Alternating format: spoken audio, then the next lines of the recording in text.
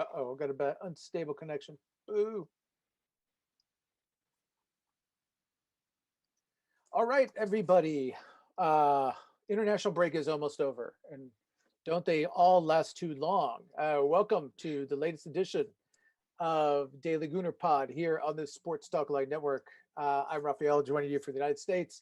Full host of guests from the other side of the Atlantic. Let me welcome first our guest host, Jacob Weeks from our group. Welcome, Jacob. Welcome back, Jacob. Yeah, thanks for having me back. Oh, always good to have you there. Always good to have guests in the fourth seat. To my other side is Ryan. Welcome back, Ryan. Hello, Raf. Hope you're doing well. Hope I'm everyone else doing is well. doing I'm good. doing well. And then, of course, below me on your image visual dial is Sam, sporting the 424, hard to find, much admired 424 top. Welcome back. Always good to be back, mate. Yes, the closed horse of the pod. All right, let's get to it. We've all missed football. International breaks are tedious. This one is almost to bed. A lot to discuss. Let's topic one this weekend. Arsenal comes back to play. They got a big one at the Emirates. Jake, I'm going to bring you right in. They're going to play Liverpool.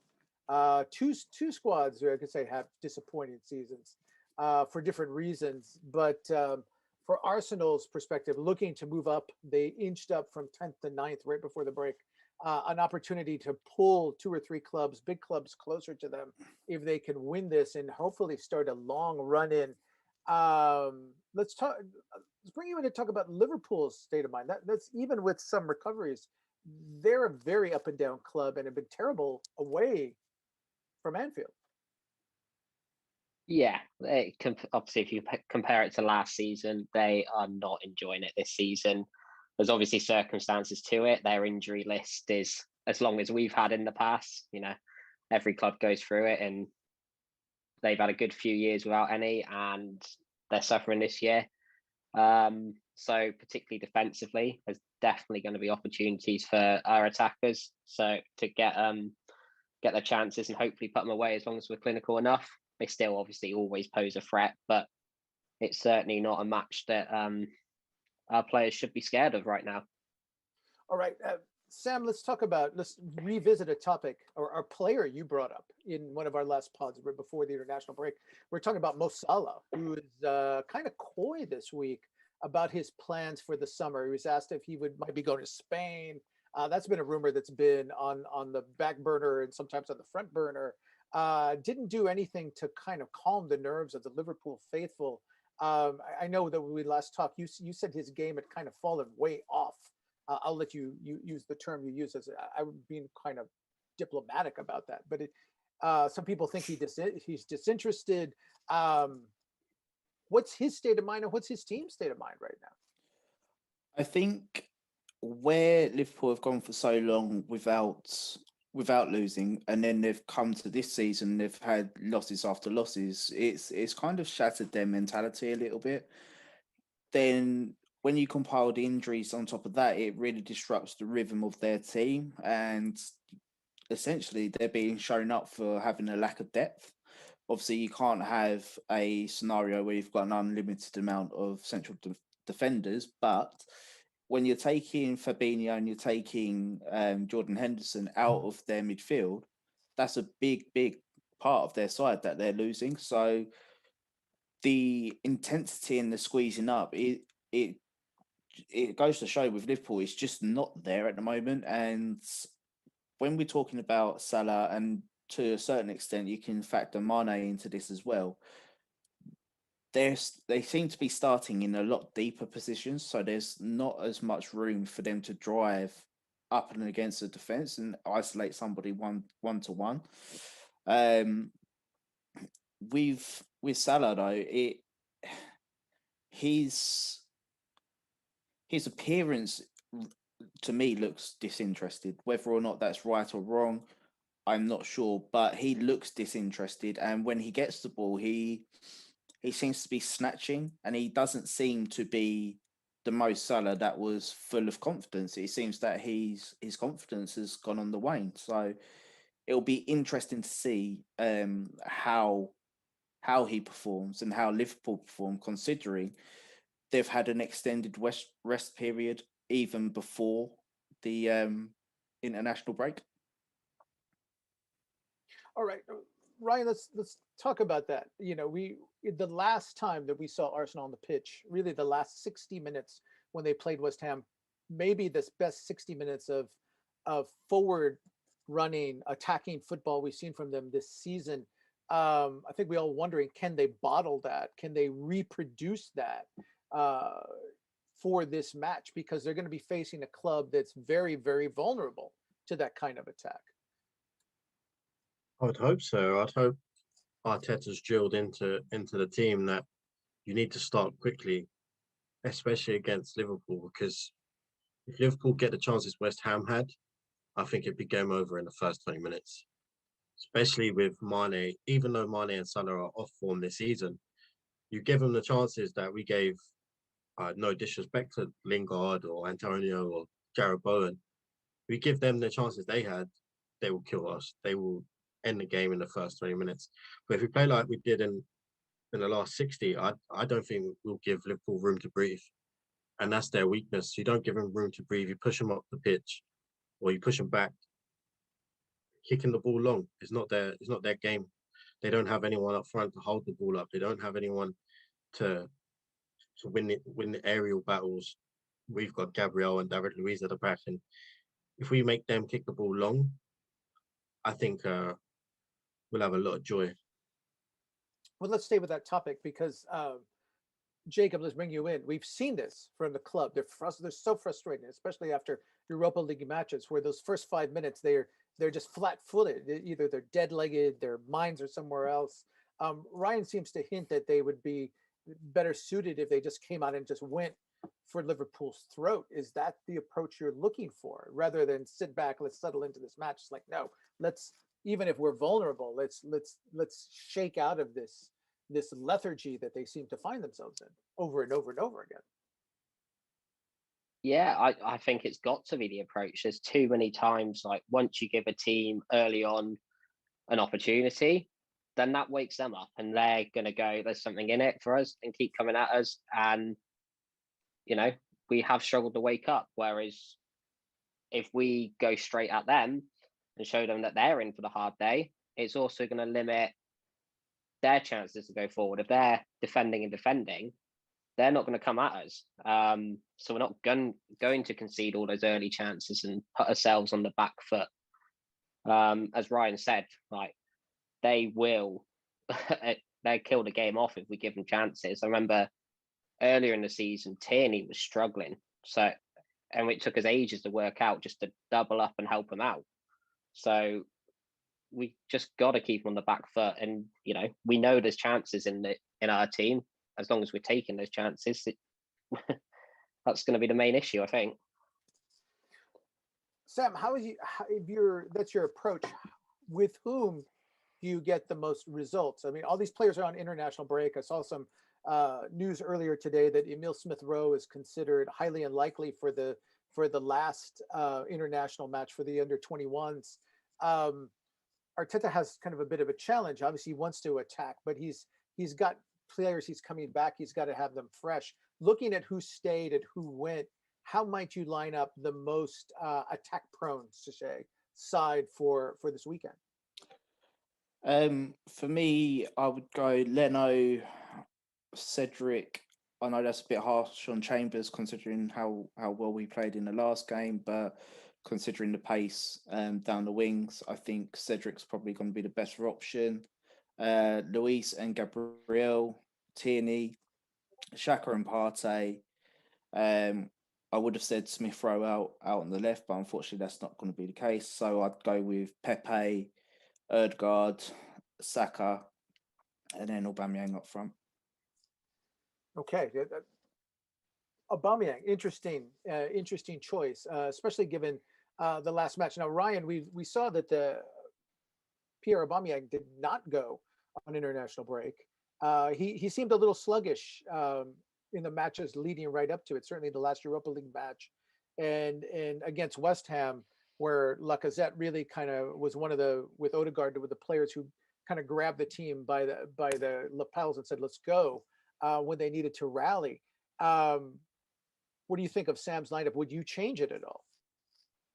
I would, yeah. I don't want Sam to think I'm calling him out here, but I'm going to choose his best player through the middle.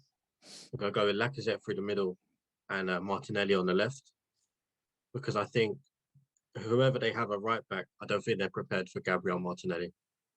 I think his pace, his enthusiasm, his willingness to run at you consistently at full speed will scare the life out of Trent Alexander-Arnold. And we know that his defending is not his best attribute.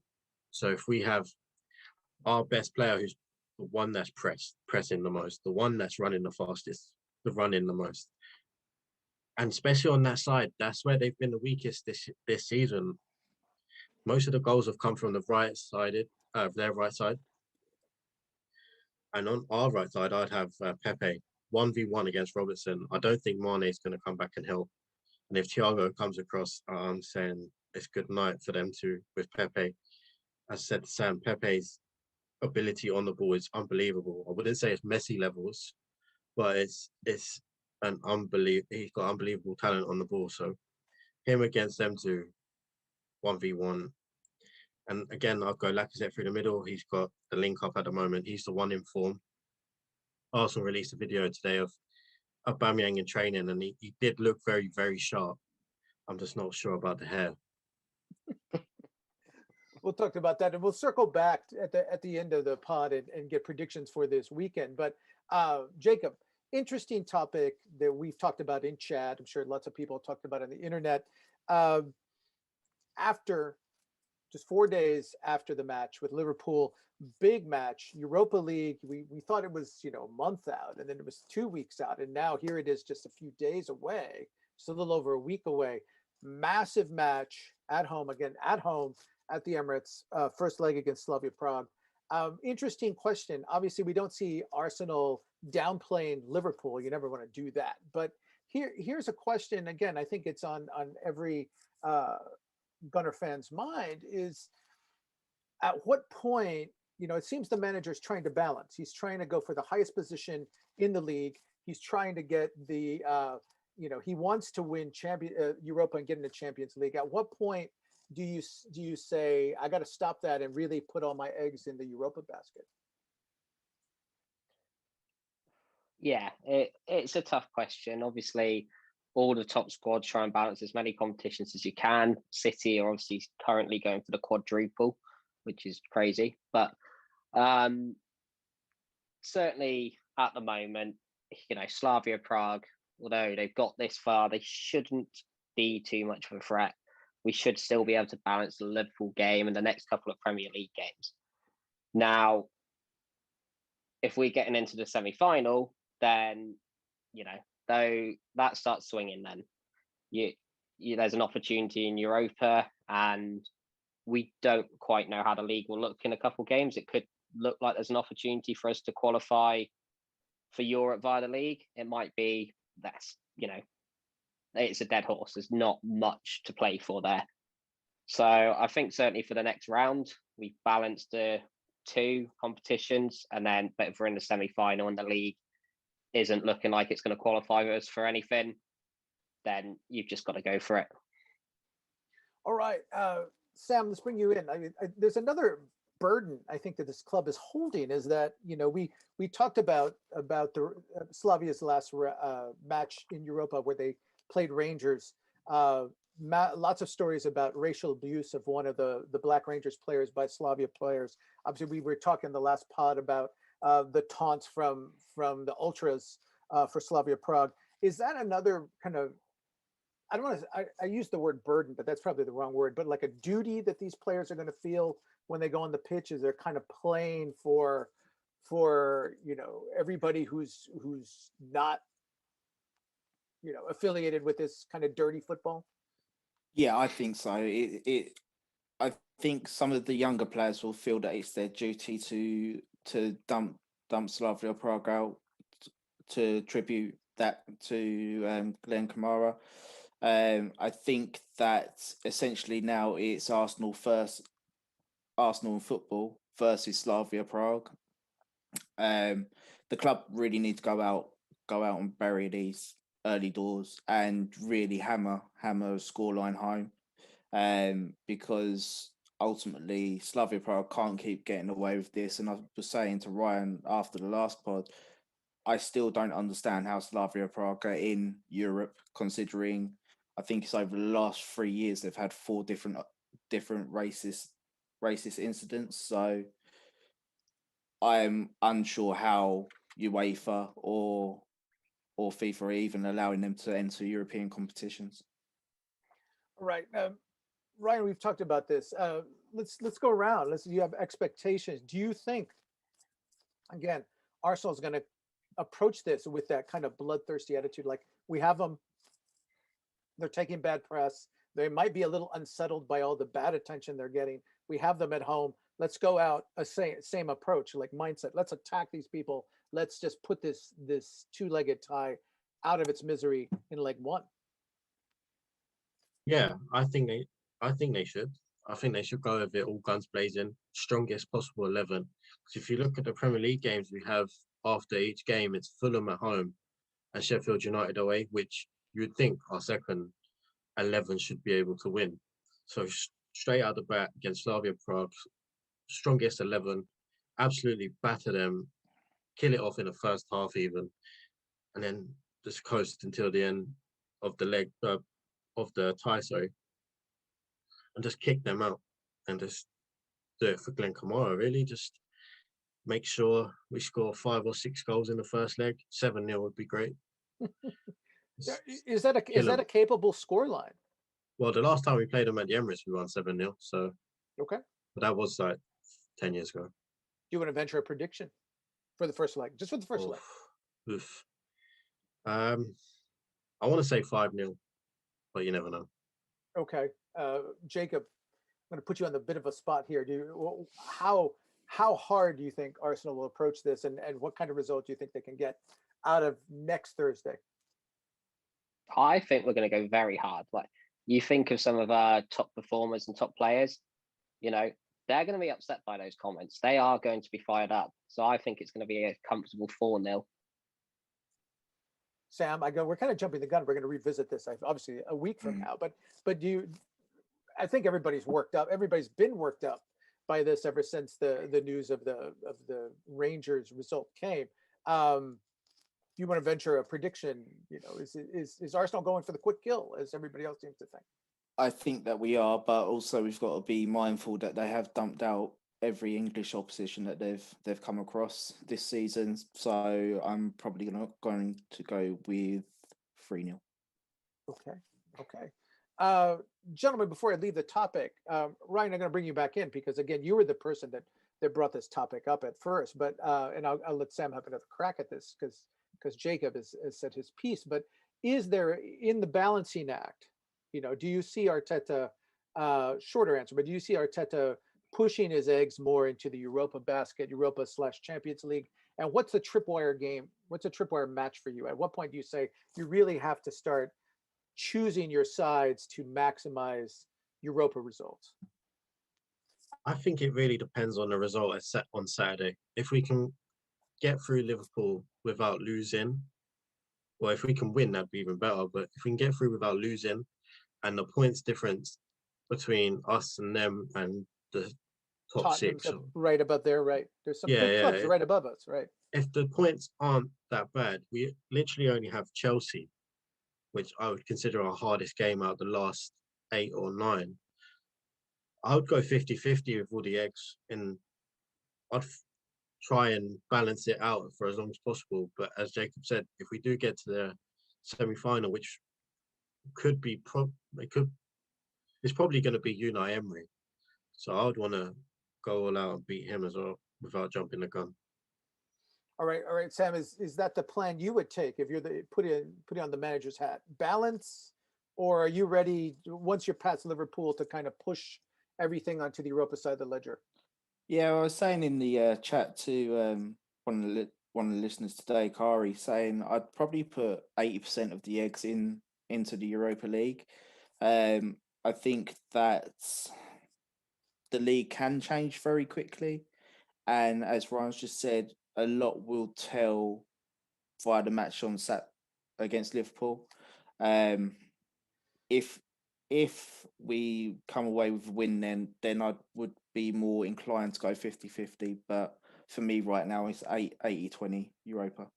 Okay, that's a fair assessment. I'm going to hop right back to you, Ryan, because I'm going to let you tee up a topic you brought up in our chat, which I think we need to discuss. We wanted to move this a little bit more towards the transfer side of things, kick some names around.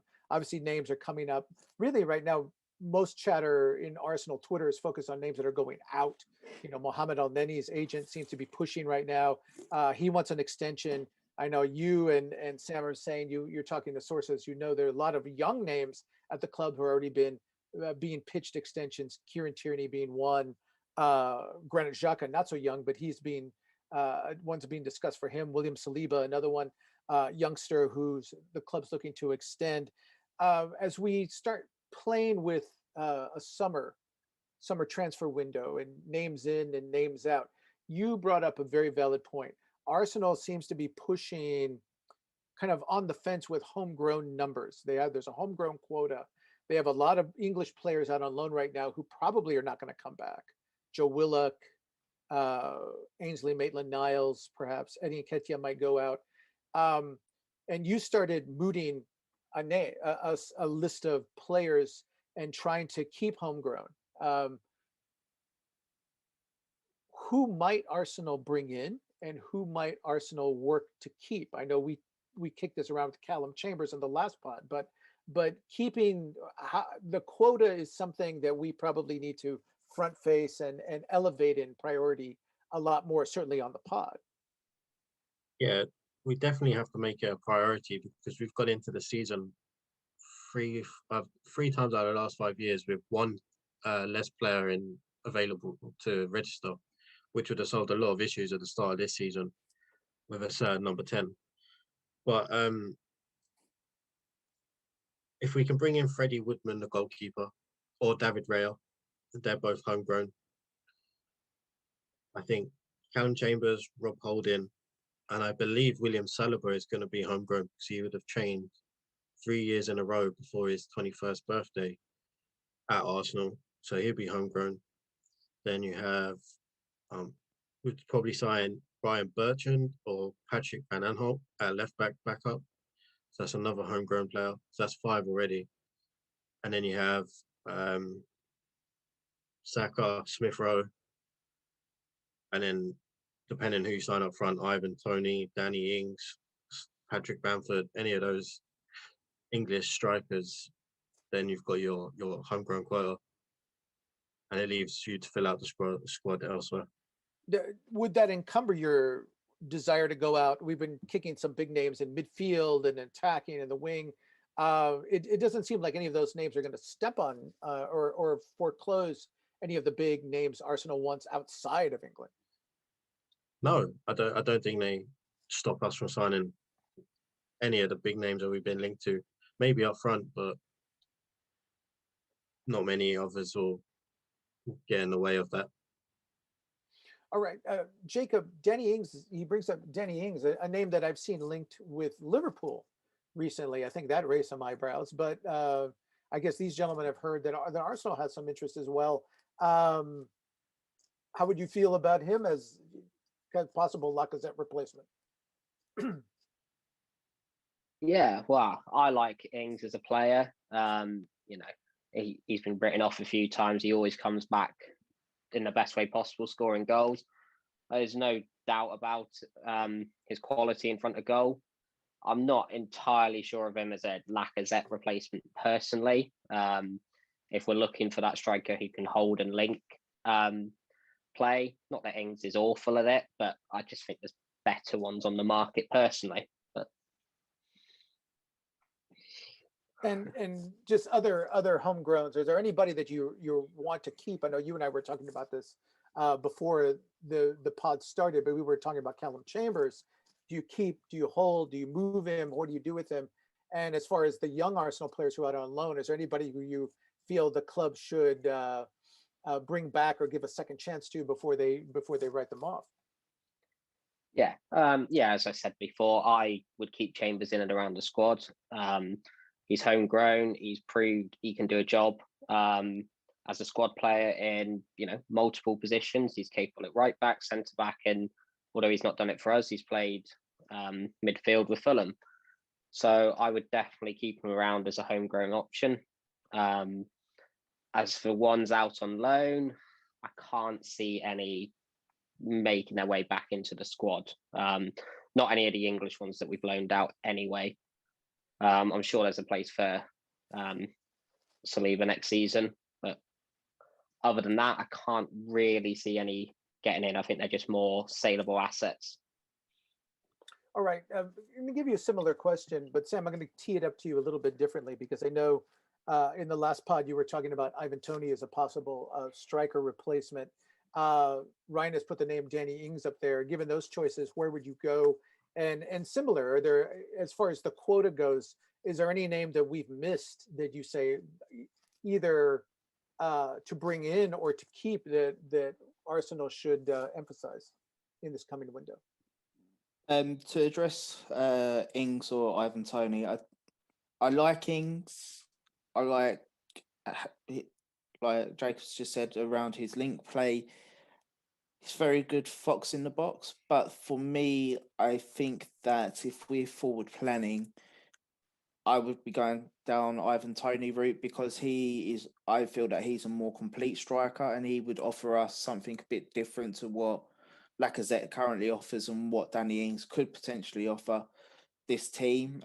I think that we need somebody to be more agile, more athletic up front, somebody that's able to still do the defensive work, but also has that explosive pace to be able to go on a counter or to burst past the defense as and when needed. So for me, and just looking forwards, I would be going down Ivan Toney. I think as well, if we was to go down that route and he wasn't to work out, there's still a lot more resale value in Toney if it didn't work out. But if Danny Ings didn't, you're really surrendering yourself to that 4-year contract, essentially. But in terms of players that are out on loan, I would like to see Willock come back into the squad because I think that he's got some attributes that we could use. But I just feel with Arteta's system, it doesn't really bring the best out of him. And I don't think that it will bring the best out of him because Arteta wants the ball to be moved on quickly through midfield. But I feel with Willock, he likes to hold the ball and drive with it at his feet. So for me, it'll be a sad loss, but he's a sellable asset right now. I'd like Nelson to be in and around the squad because I think that he can offer this squad something. The only issue that I've got is he seems to play a game, goes missing for another 5-6 games because of a niggling injury, and he's always got that niggling injuries as well. If he can get past that, then he's a very usable asset. But if he's unable to, and I believe he will take up a squad space as well this season. Yeah, so for me, I'll probably get rid of all the young English contingent that we've got on the books. One more question on Toney before I move on. You're not concerned at all about his age? No. Okay. No. Fair enough. I've heard some complaints about it. He's a little old for a top Arsenal prospect. I guess my only concern is if his club is promoted, then his price goes way up. But I guess you come to that when it happens. Let me put it this way: Brentford don't get strikers wrong. They are very good at identifying top quality strikers and top quality players in general. They've got a very good scouting department. So if why they scouted me. And they did, yes. Yeah. So if they're happy with them, then I think a lot of top clubs are paying attention to Brentford now. Okay. All right. Moving on. Well, let's stay in the Arsenal firmament, in the Arsenal catalog of young players. A name who pops on, pops off. He wanted to get a big salary a few weeks ago, allegedly. One that's commensurate with Bukayo Saka. Is Balogun. He's training with a big club again. We saw this today. Where would you put him? Is the door closed on him? Let's put it that way, Ryan. Is there a chance that he can sign an extension, that they can find an agreement, or is it time to move on with him? So from speaking to people that know, he wants to stay. Arteta wants him to stay. Arsenal want him to stay. They are still currently talking about it. They're talking about signing an extension, which would be for 3.5 years. But the money involved that I've been hearing anyway, is quite astronomical for an 18, 19-year-old. So I have reservations about it, but if that's what the club wants and they think he's the right investment to and he has a clear pathway to the first team, especially with Aubameyang turning 33 this year? So and if Eddie leaves, we literally have no strikers coming through in front of him. If we sign one and then we have Balogun as the backup, he has a clear pathway. So I think he's going to stay. So I think even after all the noise that Liverpool's looking at him, he's looking to leave, you think he's going to stay? I think that was all of his agents just trying to get Arsenal into gear and giving him the money or the chances and the money that he feels he deserves. Okay, all right. So let's move back. We're kind of moving on here at injury time in the pod. Jacob, let's go back to Liverpool. Again, it's coming up. You know, I think we're all looking forward. It's still a week into the end of the week, but we're all looking forward to having Prem football back after this untimely international break. What's your prediction for this weekend? Can Arsenal get it back in gear and keep themselves out of that early match trouble that's troubled them lately? Give us a score. Give us a prediction. I'm gonna go 2-1. I think they'll score first. We'll give it away, but we've got enough quality to give them trouble. Sam, what do you think? I'm going to go 3-1 us. Being positive. That's a bullish one. Ryan? We'll go 3-1. 3-1. I'm going to stay with 2-1. I'm going to lean in Jacob's way again. I'm hoping that there's not rust, but it seems that after the break, they're always a little slow for a different reason than coming out of Europa. So you're seeing some predictions there.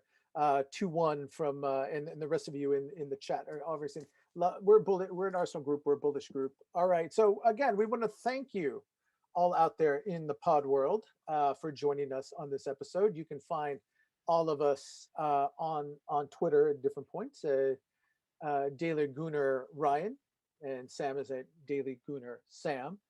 I'm at Cowboys Nation 1. And Jacob, you want to share your Twitter handle with the rest of the Arsenal world here? Yeah, it's Jacob Weeks SHU. Okay.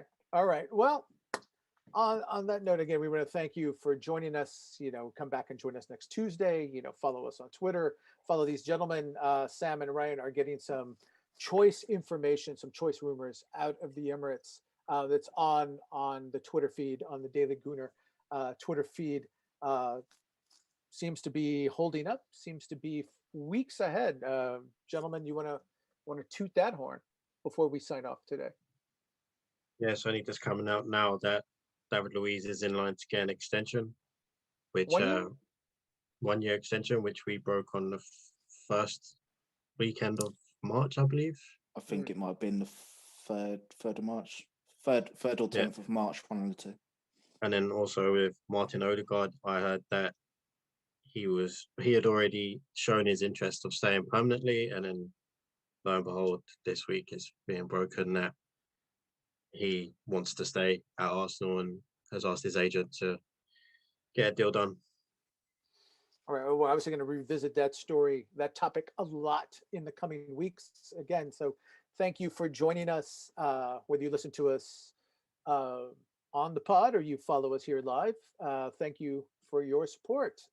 For Jacob, who's guesting this week, for Ryan to my other side, and Sam below me, I'm Raphael. We want to bid you all a good night from the pod.